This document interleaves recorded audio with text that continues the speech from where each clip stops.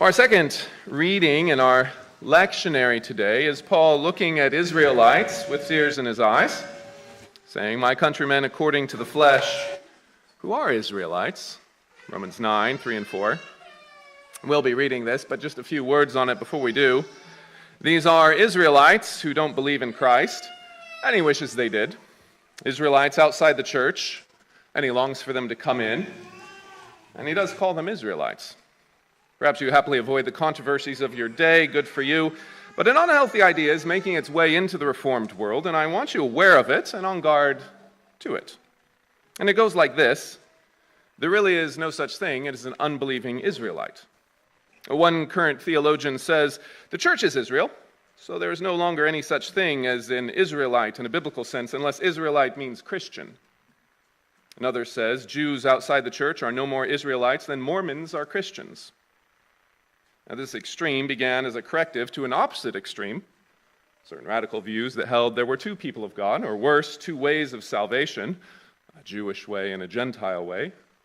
And neither of these extremes are good theology, and yet both camps like their theology because it seems to make things tidy.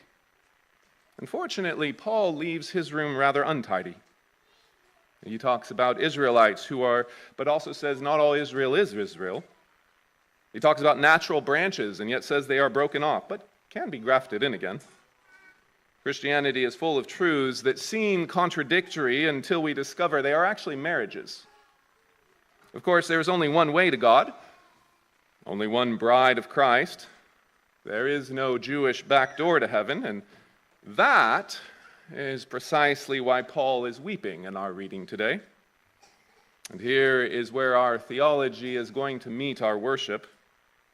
The Westminster Directory on Worship tells ministers like me to, quote, pray for the propagation of the gospel, for the conversion of the Jews, and the fullness of the Gentiles.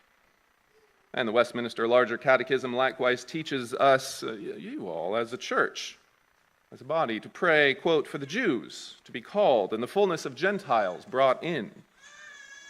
So before our confession, I invite you this morning to share the apostles' words that we will read with your heart. To have in you sorrow. To have grief, Romans 9:2, for unbelieving Israel. Let's also confess that the church has seemed at times more eager to win arguments about the Jews than to win the Jews, more willing to speculate on their future than to pray for it, and more interested in what broken branches means than being broken-hearted over them.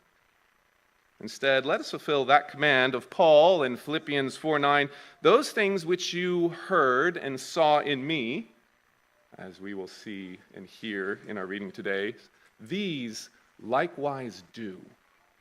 And this reminds us of our need to confess. So hear this from Psalm 38:4. My iniquities have gone over my head, like a heavy burden. They are too heavy for me. And if you're with us today, you are invited to kneel and confess. Come, let us worship and bow down. Kneel before the Lord our God, our Maker.